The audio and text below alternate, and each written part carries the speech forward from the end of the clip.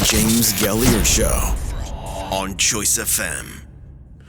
Well, happy Monday, everyone. This is James Gailliard, and welcome to another edition of the James Gailliard Show. It is week 28. Happy 28, the year of our Lord 2024. Cannot believe we are 28 weeks into this year.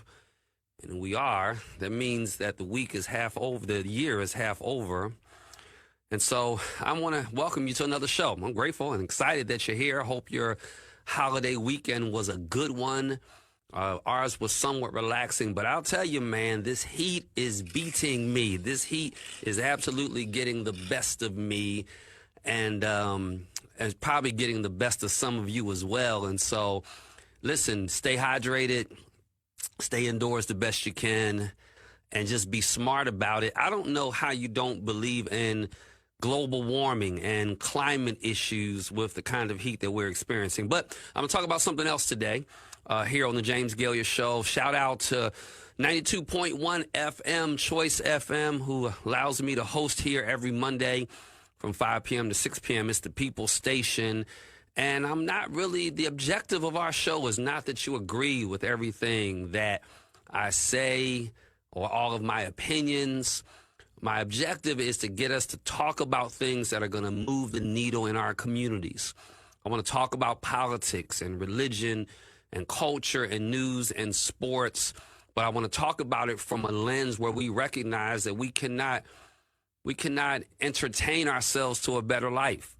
We've got to educate ourselves to a better life. And so I want to do a deep dive. I know today is not going to be real sexy, but I want to do a deep dive. You've probably been hearing a lot about Project 2025. And so today I'm going to do a deep dive on Project 2025. But listen to me, family. You have power. You have a voice. You have power when you show your voice, when you speak your voice. You have power when you vote. You have power in your finances. You know, this is what I know to be true. People don't naturally, on their own, grow conscious, right? When we move the needle, when things are going to have to be made different in the lives of people, it took moral people who were relentless. Moral people who were unrelenting, that were willing to keep digging deep. You know, Abraham Lincoln is not like suddenly saying, oh my goodness, black folk need to be free from slavery. No, he had the voice of Frederick Douglass on his neck. Lyndon Johnson didn't just say, you know what, let me go ahead and sign into law the Civil Rights Act and the Voting Rights Acts of 1964 and 65. No, he had MLK and Malcolm X on his neck. You know, when we start looking at Nelson Mandela and anti-apartheid movements in South Africa, it wasn't because South Africans suddenly grew a conscience. It's because moral people of influence use their power well. That's what we're up in this season of our lives, that we as moral people have got to use our influence well. And so today I want to take a deep dive into Project 2025. Some of you may have, I'm sure most of us have heard of it. I'm literally going to spend the whole show on it because I want us to recognize what's really at stake in our lives right now. I want us to recognize that we are dangerously close to some reality. And I wrote it down because I wanted to make sure it's like in my spirit. Let me tell you where we are. We are dangerously close to moving from that won't happen to how did that happen? That's where we are in our society. That's where we are in history. Dangerously close from moving that won't happen to how did that happen? And that's what I want to talk about on today's show. I'm going to see where you're weighing in on all of this. And I got to thinking about it, first of all, when I looked at the complaints of the colonists against King George III. And I started looking when I was thinking about the Supreme Court decision, 2 weeks ago now, that has now allowed there to be presidential immunity. And I'm wondering, like, wow, when I look at some of the things that not only are happening in our political process, in our political systems, but I'm looking at some things that were issues that caused colonists to rise up against and revolt against King George to find this, to create this experiment. And we're still not yet the United States of America, but we're working on it. We're moving toward that more perfect union. But I started looking at of these 27 complaints. I'm not going to read them all to you, but I'll just highlight 3 or 4 of them. One of their complaints is that he shrugged off legitimate complaints. Sound familiar? Like, you know, people have legitimate issues around criminal justice, around economic equity, around public education, and they're just being shrugged off. Another one was, listen to this, the appointment of judges and how the appointment of judges hurt the rule of law. Does that sound familiar? I want you to see, y'all, that there is nothing new under the heavens, nothing new under the sky. Listen to this one. The judges that were appointed were paid by the king and therefore did what he wanted instead of what was right and fair. The only thing we need to change on this is the judges that were appointed by the president. And now they're doing instead of doing what is right and fair, they're doing what he wants done. Are we not seeing that with our United States Supreme Court? Are we not seeing that with appellate judges and various judges around the nation? Let me just do 2 more. Let me see. He filled the streets with a police force whose procedures they had no control over. We are seeing examples of this in Project 2025, where there's going to be this movement afoot to literally flood certain communities. You can guess what those communities are, with enhanced police presence. Let me see. What's another one? Trying to just pick a few of these. They implemented taxation without representation. I mean, you're saying, come on, we don't have taxation without representation. Of course we do. When you spend time in prison and then get paroled or probationed and released, and you get your job, but you still have money that you have to pay back, you still have fines or penalties that you have to pay, but you get out. In order to stay out, you get a job. They take taxes out of that paycheck, but in most places, they still won't let you vote. I mean, how crazy is that, right? I'll give you another example of taxation without representation. When we gerrymander districts, that means when we pick who we want to represent versus those representing choosing who they want to represent them, then it's taxation without representation, because the reality of it is many of us in this state are not properly represented by people in the General Assembly, whether it's in the State House or whether it's in the State Senate. So we start to see these grievances, and as we look, we're starting to see like we're living this out. We are living this out in our natural lives every day. The destruction of local communities. They claim to control all of the laws in all situations. Man, it's unbelievable. He captured citizens and forced them to fight against their friends and family. Do you remember the 2016 election and how it literally divided entire families? And so just a reminder, I was reading through some of that, and I'm like, wow, we're really living this stuff out. And this is why we have to be reminded that our vote counts, that our voice is important. And for those of us who have a moral being, for those of us who follow the Spirit of the Lord, for those of us who are fearful of the Lord, for those of us who want to see all people thriving and living in the best possible lives that they could live, then we should care about this moment we're living in, because we are dangerously close to moving from that won't happen to how did that happen. Project 2025, what is it? It started initially called the 2025 Presidential Transition Project. It is a wide-ranging manifesto of policy priorities and prescriptions for the next Republican president. And if Trump reclaims the White House, the plan calls for several actions that would upend the federal government. I want to give you some examples of these. I actually pulled it down because, as you know, on the James Gailliard Show, and if you're watching or listening, would you tag it, share it out there, let somebody know? I'm going to check your comments at break time, but let people know that we're talking about Project 2025, and I'm not pulling this off of the Biden site. I'm not pulling it off of the Trump site. I'm not pulling it off of any place that is partisan in nature.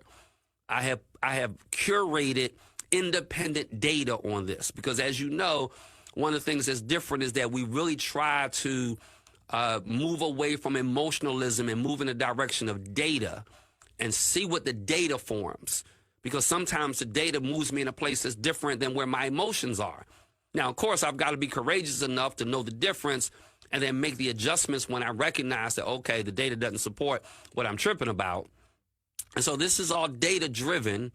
And so I have pulled it from some unbiased resources. And before I get into all of it, I downloaded it. So let me pull it up real quick. I downloaded it because I wanted to just kind of, spend some time with this myself. And I was blown away. It's 922 pages. Did you hear me? 922 pages is this document, and it covers an entire litany of things, and I'll get into the details of it at the break. But let me tell you some things it's going to do. It's going to cover every element of our society, and this is a document that's been put together by far right, in many situations, always conservative, in many situations, evangelical groups. I don't know where my Liberty University people are, but Liberty University is one of the advisory board groups that has signed off on this project. I'll share some other groups with you as well. The American Accountability Foundation, American Commitment, American Compass, the American Conservative, the American Family Association, the American First Legal, the American Legislative Exchange Council. If you don't know that name, ALEC, A-L-E-C, let me educate you real quick. American Legislative Exchange Council is ALEC. I fought with them, dealt with them, have experience with them when I was in the General Assembly. ALEC literally puts together a playbook for policymakers. And when they get elected, they don't need to come up with any new ideas for their community. They don't pass laws generally that's in the best interest of their specific constituent base. No, they take this think tank, this well-funded research agency that's really designed around far-right conservative evangelical perspectives. And they put together policy positions, and then they lobby them all over the country. And then, so when you hear stuff like critical race theory, that came out of the American Legislative Exchange Council. When you start to see bills that are anti-climate, it comes out of ALEC. When you see bills that are anti-public education but pro-school vouchers, that came out of ALEC. So ALEC, whenever you hear ALEC, and look them up, just Google American Legislative Exchange Council and go on their website, and you'll hear about them. So I want to start jumping in and covering some of the things that Project 2025 does. Be sure to ask your questions. And let me just say this, y'all. I think we are in a place where if we're not careful at the end of this election, we're going to have a fascist as a president. And I know that's strong language. I don't like to call names. I figured some of us may need a definition. And so I'm going to give you one. And so, fascism came to the light in the 30s and 40s with Benito Mussolini in Italy and Adolf Hitler in Nazi Germany. It's hard to believe that these men led movements for even as long as they did. Listen to this if you want a proper definition of fascism. This is by Yale University professor and author of the book, How Fascism Works. This is his definition. This is the definition by Jason Stanley. Fascism is based on an ethnic division between us and them. That sound familiar? Right? So it's whenever politicians or people of influence create these barriers where it's us versus them. That's step one of fascism. An extreme ethno-nationalism. Right? That's why you hear an extreme ethno-nationalism. Right? So this is why you hear all the time about God bless America, but you don't ever hear God bless China or God bless Africa or God bless Australia or God bless Britain. Like, it's always God bless America, because there's an element of people. And look, I love this nation. I'm grateful that I live here. I don't think I want to live anywhere else. But I'm also not willing to subscribe to the whole mindset of God is only blessing America and nobody else. That's extreme ethno-nationalism, right? When you like looking at Christian nationalists, those are extreme ethno-nationalism. There was a whole group boycotting, marching downtown Nashville this past weekend. Confederate flags, patriotism, rah, rah, rah. Now listen, got a little tickle again in my throat, so bear with me. Fascism is based on nostalgia for a mythic past, typically in which members of the chosen ethnic group had an empire, and it represents the present as loss of that great empire. That natural standpoint in which members of this ethnic group dominated their environment militarily, politically, and culturally. Did you hear all that? And this is what this season is about. People hate change, man. And what this season is about is the fact that America is changing. America is getting more yellow and more brown. America is changing. We have people coming in and being born. We have an increase in biracial families. America is not what it used to be. It is not the land where only white men get to rule.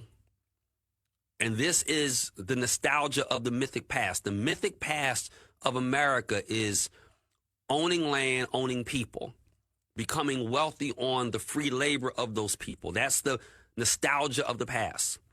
And that particular group, for many years, hundreds of years, because of unjust laws, because of lack of justice, because of violence, because of rape, because of every imaginable kind of atrocity, a group of people dominated society in every way. And fascism rests upon the fact of people that were once in power not able to stomach that they will no longer be in power. And so they create a socio-political system to keep them in power as they reflect nostalgically about what they used to be. Y'all, that's what we're living in America right now. And if we are not careful, we will find ourselves back at Jim Crow. Think about this for a moment. And I'm going to get your comments in a minute, so weigh in on this for me. Make America great again. Give me the year. Like, let's identify a year. Let's go all the way back to when the first slaves hit the shores of Jamestown, Virginia. And let's just go every 50 years. And let's figure out when it was at its greatest. So when we talk about make it great again, at what point in history? And when we get to that point in history, was it indeed great for everybody? Was it great when women couldn't vote? Was that the great time we want to get back to? Because what I don't want to do is make this conversation just about race, even though it has a lot to do with race. It's also about gender. Do we really think we now all of a sudden have gay, transgender people in America? We've never had it before, I guess. I mean, one of the huge differences between now and 150 years ago is 150 years ago, you didn't have TikTok, Facebook, Instagram. You didn't have cameras where you could, how many of y'all remember taking a picture, snap, it's sliding out, and then we was fan it, and watch it develop right there in front of us, that Polaroid. I mean, no, if I pull out my phone right now and snap the picture, I'm looking at the picture immediately. We have ability now, 24-hour news cycles. So was the Make America Great, was it back in the time where people had to stay in the closet because of fear of being violently killed or violently molested by a mob? Was that when it was great again? When was it great exactly? Was it great when black men were being lynched on the trees? Was it great in, I don't know, 1960 when my parents got married, when it was illegal for a black person and white person to be married because of the anti-miscegenation laws? Was that when it was great? Was it great when it was separate and equal? When was it great exactly? Was it great when people of color could not enlist in the military? Was it great then? When exactly was it great? Make America great again. It's a whistle being blown, and the people responding to the whistle are largely responding to the whistle being blown either because of, and I said this last week, I'm going to say it again, and I'm going to keep saying it until someone proves me wrong. Largely responding to it out of either materialism or racism, and I believe a large part of it is because of racism. So when was America great? So when we start to really process that message, listen, y'all, I know, and I'm going to get into great detail over the summer months and as we get close into election cycle, but what I want you to see as I unpack Project 2025 is that this thing is deeper than a Trump-Biden as individuals. This is about the kind of administration they will lead. It's the kind of people, the kind of policies. I want you to get past an individual person. I'm on air right now, but you don't see any of the technical people behind the scenes. So in some ways, even though I have content, I only can be as good as the people around me, as the team around me. And so we have to get past those charismatic, out front, high-level personalities and think that's all this race is about. It's so much deeper than Joe Biden and Donald Trump. It is about the kinds of administrations they will run. It is about the people within those administrations. It is about the integrity and character of those administrations. It is about, do we operate from a sense of everyone having an opportunity to thrive, or are we going to damage groups of people because of their race or gender or religion? Look, I'm a Christian. I love Jesus. I love the Bible. I love our spiritual disciplines. I love the church. But never would I want to live in a nation where our government forced people to become Christians. I would never want to see us damaging people that were atheists or antagonistic or people that were Muslim. No.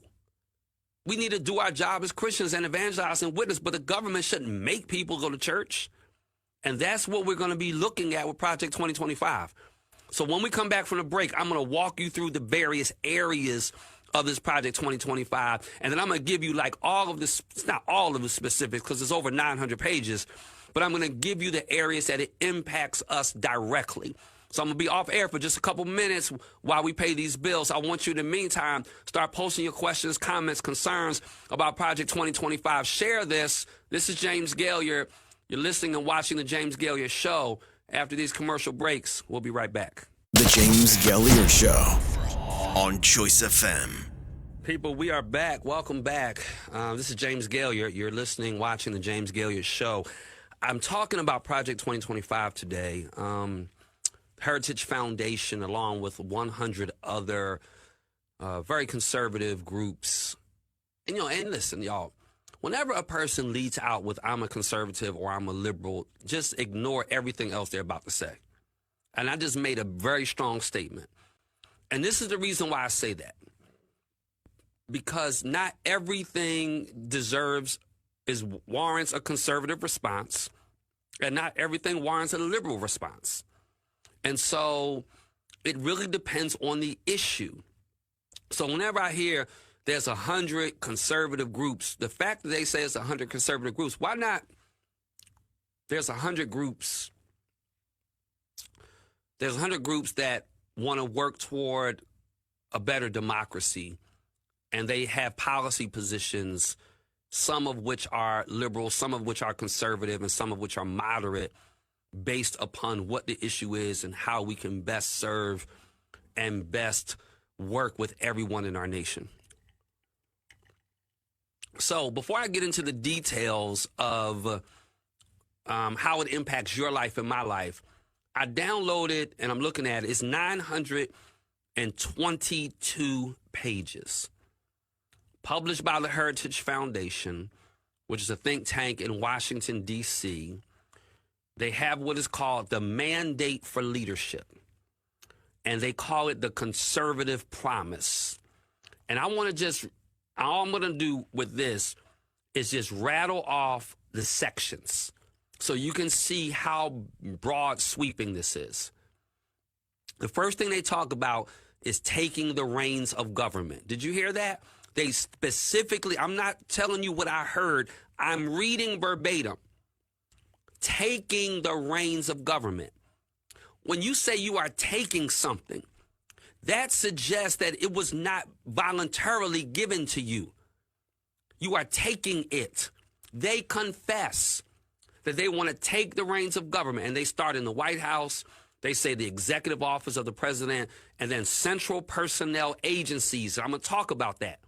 So they get specifically into how do we commandeer the executive branch of the United States.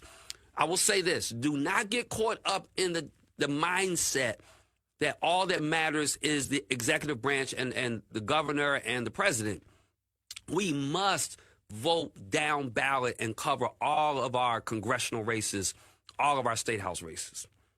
Then they get into the common defense. So they're going to change the Department of Defense, Department of Homeland Security, Department of State. They're going to change the intelligence community. That's the CIA and the FBI. They have changes in all of the media agencies, the U.S. Agency for Global Media, the Corporation for Public Broadcasting. Listen, because when you don't like how people report the news, what do? You change the rules around their reporting. This is how communism surfaces in nations. Then they get into the general welfare, and they have specific recommendations from the Department of Agriculture, Department of Education, Department of Energy and Related Commission, EPA, Environmental Protection Agency, Department of Health and Human Services. This is real stuff. This is a prepared document. It's a book. Department of Health and Human Services, Department of Housing and Urban Development, that's HUD, Department of the Interior, Department of Justice, Department of Labor, and other related agencies, Department of Transportation, Department of Veteran Affairs. Then they get into the economy, and they're going to have entire change policy positions on commerce, the Treasury Department, the Federal Reserve, the Small Business Administration. Then they get into independent regulatory agencies.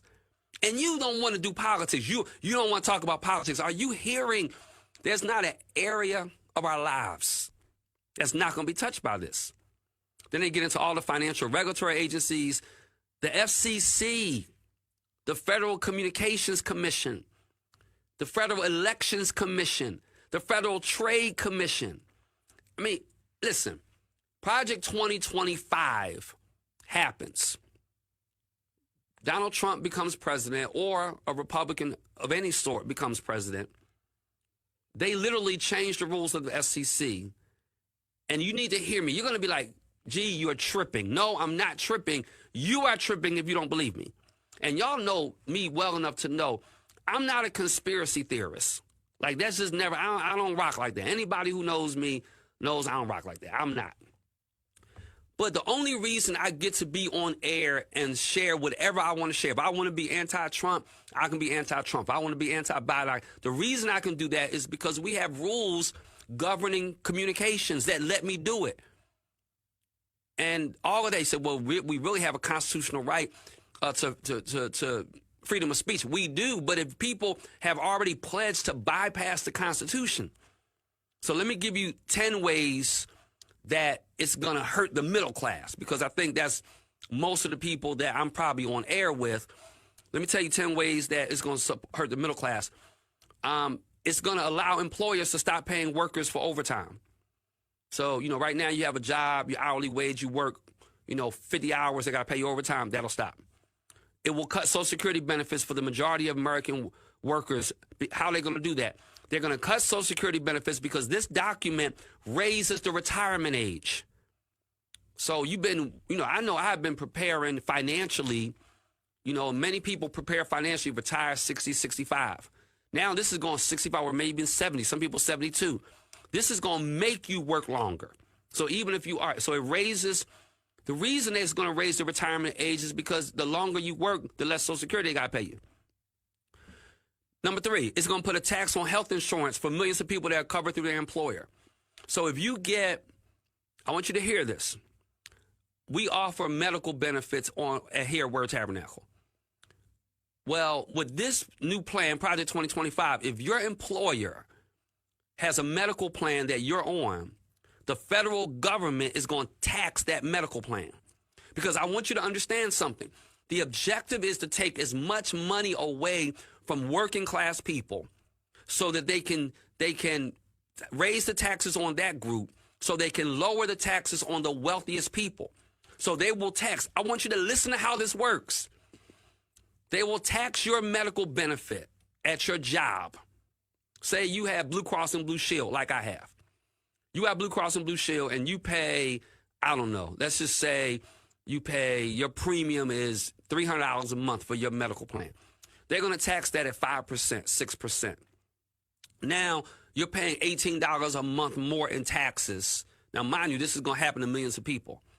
They're going to pay, so now I'm losing $18 a month out of my paycheck. But what they're going to do is they're going to then allow that executive at Blue Cross to get an exorbitant salary. So the person who's already making a couple $1 million a year, they're going to get a 4, 5, 6% increase. And the way the money is going to come is on the backs of working class people. That's Project 2025, y'all. I hadn't even gotten into all the nitty gritty stuff yet. Number 4, it increases taxes overall on middle class and working class people. I'm going to check on your comments right now. It's going to ban Medicare from negotiating with big pharmaceuticals to lower drug prices. We're going to ban Medicare so they can't negotiate a better prescription drug price. Listen to this. This is Project 2025. For those of you that think this is some conspiracy theory, you've been hearing Project 2025, Project 2025. You didn't know what it is. I'm educating you today on what it is. It is an ultra hyper conservative philosophical political ideology that has been penned by the Heritage Foundation and 100 other organizations to commandeer the government away from us as we know it, depending upon the results of the presidential election in November. So if you don't believe that this is this is the most important election of our time. Okay, y'all not saying anything to me.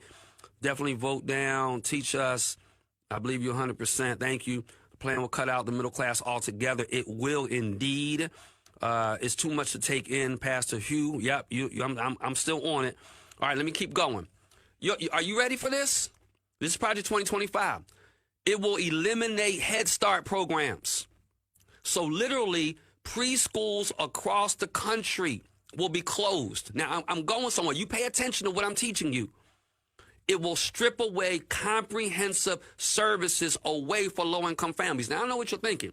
Well, if you're thinking, why would they close Head Start programs across the country? Let me tell you why. Remember, these are hyper-conservative groups. This is what they believe. They believe that the nuclear family is husband, wife, and baby. And they believe that the husband works and the wife stays home. So this is an anti-feminist movement. This is a we don't want women working movement. This is a we want women at home barefoot and pregnant. This is a we want women sweeping the floors while their husband are having bourbon and golfing at the country club movement. Listen, if for no other reason, every woman in America should vote against Donald Trump just because of Project 2025. So when they say, so they have a movement, they're going to close them because they want to force our nation back. Remember, I talked to you about making America great again. And I already proven to you, like, when was that? But you have to remember that there was a time where women did not work outside the home. Like, that was the norm. You didn't have women running corporations. You didn't have women running businesses. You didn't have women as managers, as teachers. You didn't have all that.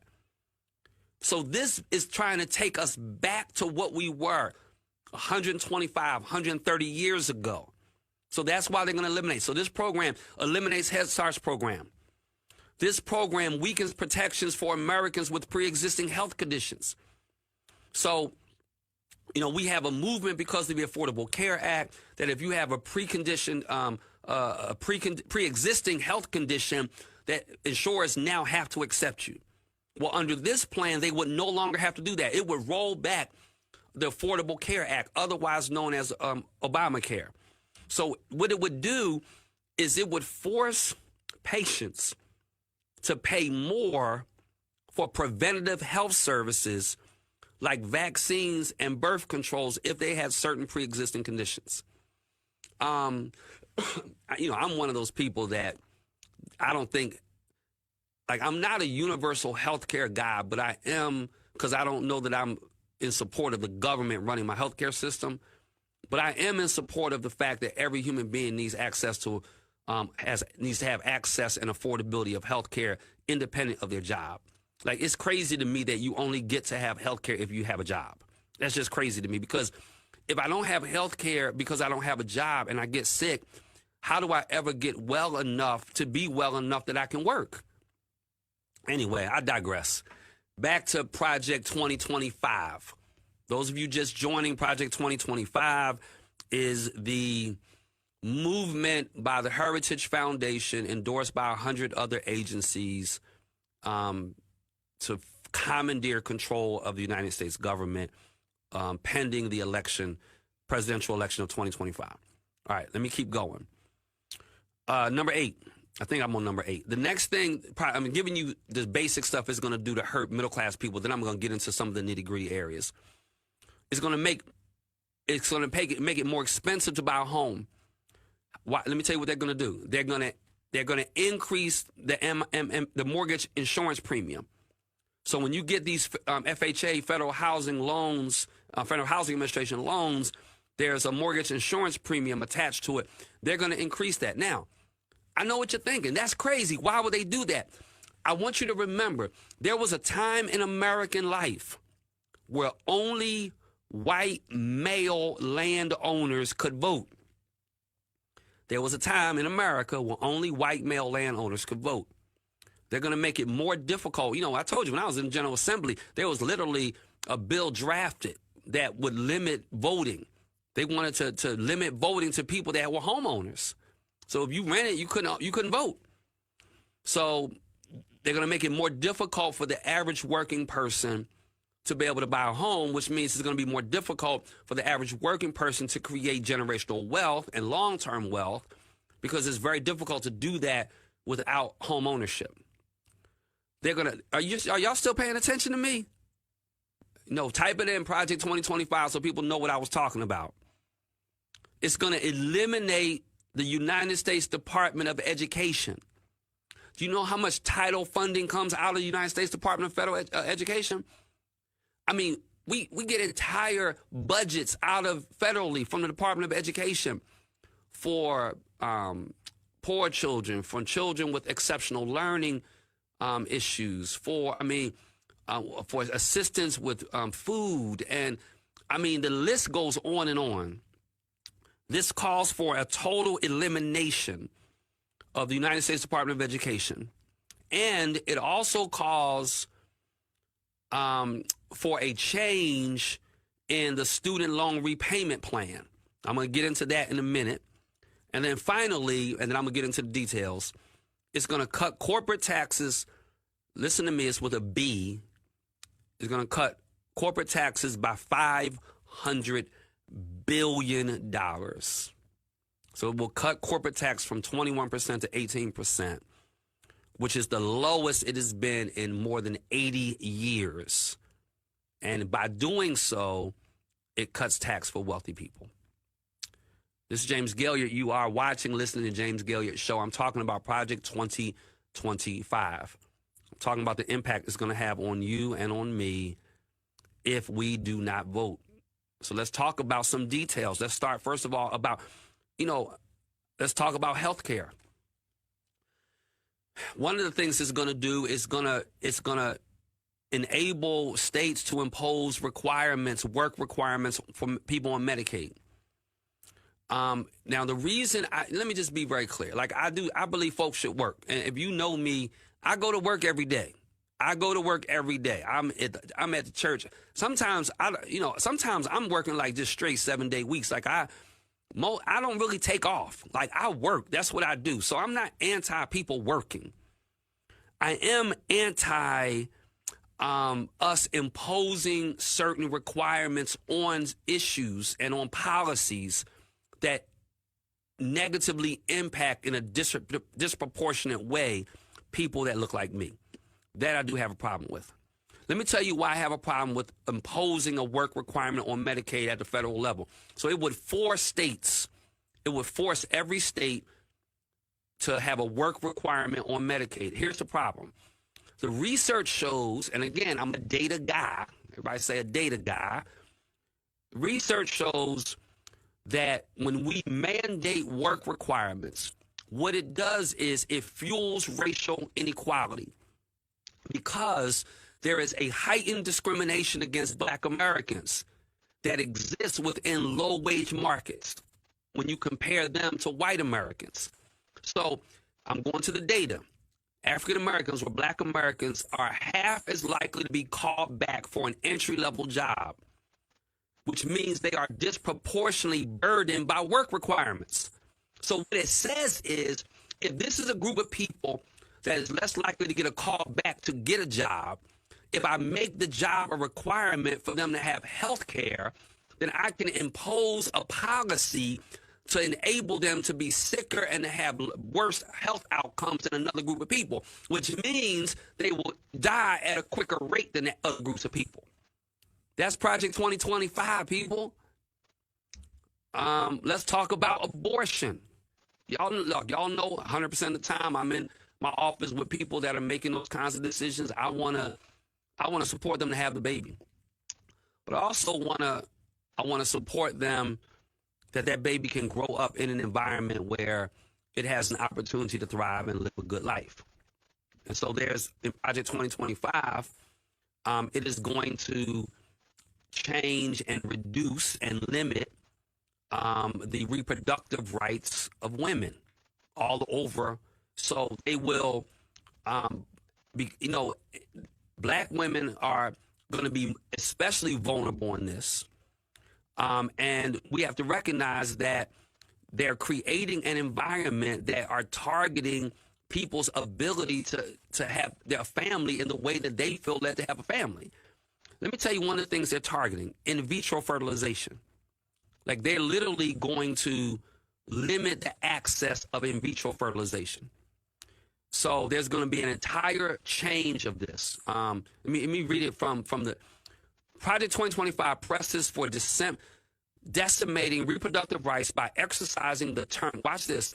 They're going to excise the term abortion from all federal rules and regulations. So every document that is federal, the word abortion will be removed from it. By removing the word abortion from it, every federal rule, every federal regulation, in essence, has been deleted. It's gone. So there's no federal funds to providers. There's no reproductive care. I mean, none of that. That's in Project 2025. Here's another one. And listen, y'all, I'm a heterosexual man. Okay, be very clear about that. Another man can't do nothing for me. So it just is what it is, right? So I say this because I'm about to talk about LGBTQ plus issues. This breaks my heart. I'm not a transgender. I'm not gay. but I'm also not homophobic. And as much as I don't have full clarity and understanding of what people are processing and going through for where they are with their gender and sexuality issues, I would never want to see them damaged or hurt. Let me tell you what Project 2025 does. It ramps up the assault on LGBTQ plus people. And what it does is it will wipe out any federal protections that queer people have. So what they will do is they are targeting what they call woke transgender activism. So what they're going to do is, I want you to hear this.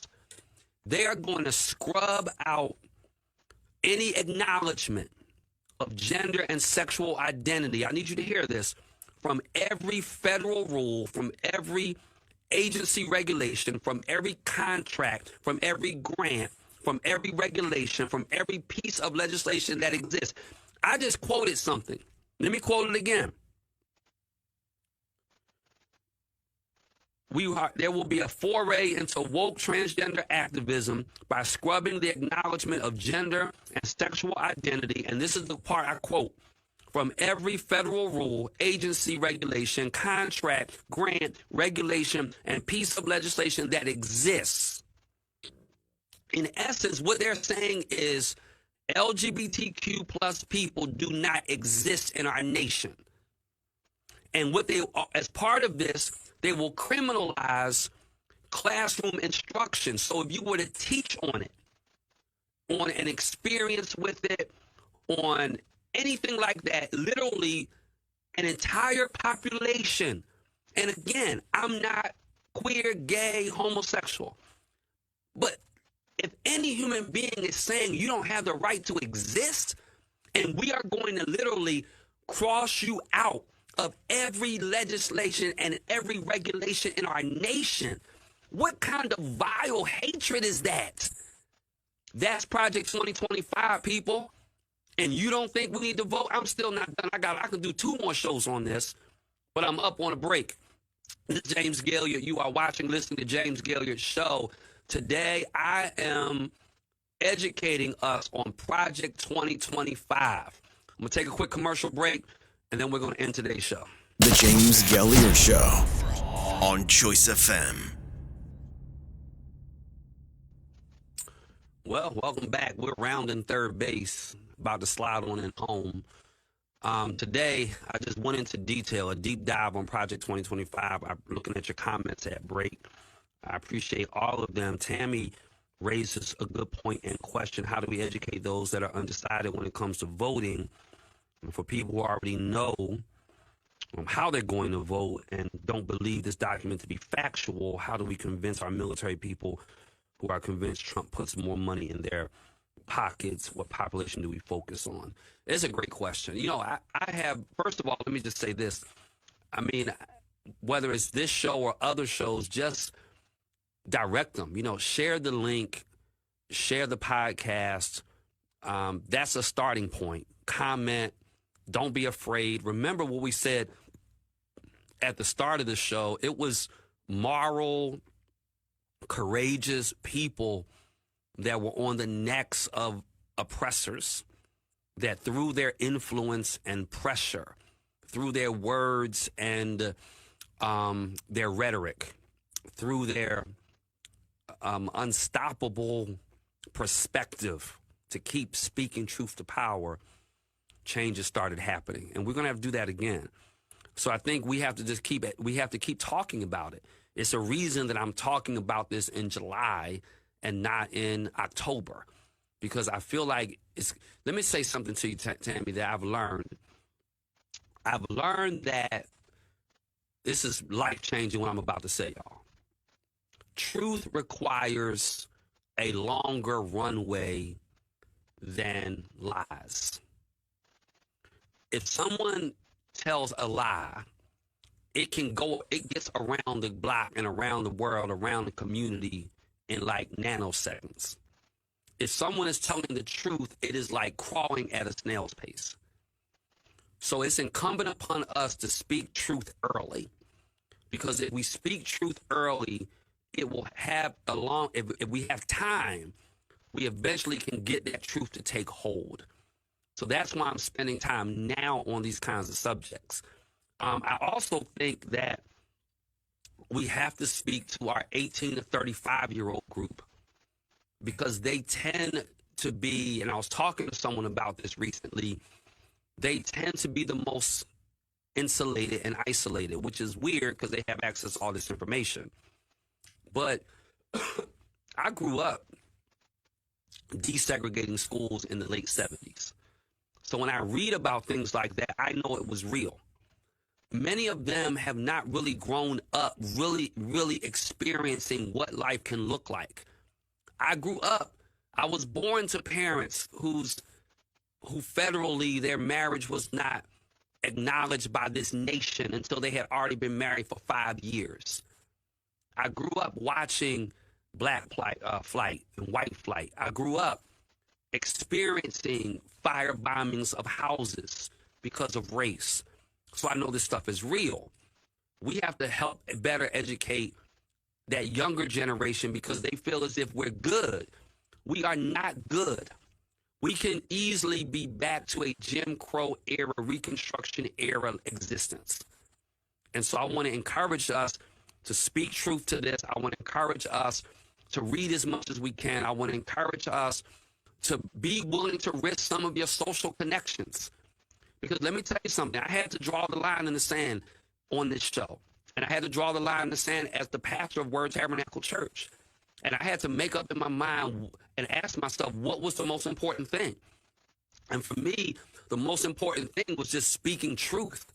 And I recognize that sometimes truth does not always draw people. Sometimes truth repels people, because there's always going to be an element of people that benefit by our ignorance. They benefit by our not knowing. They benefit from certain policies, and we begin speaking truth to that, it changes our social dynamic. And we have to be good with, hey, like Deuce says, we just can't roll like that anymore.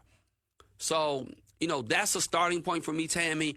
I know there are lots of groups working on getting the vote out, nonpartisan efforts to educate people, and that's what I'm trying to do on the James Gailliard Show. I started this. I mean, this is a labor of love for me. I don't get paid to do this. I have to spend about 4 hours researching my content for a 1-hour show.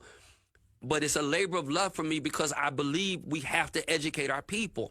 And I believe that if we educate people, they will do better. So I think the key has got to be educating the people.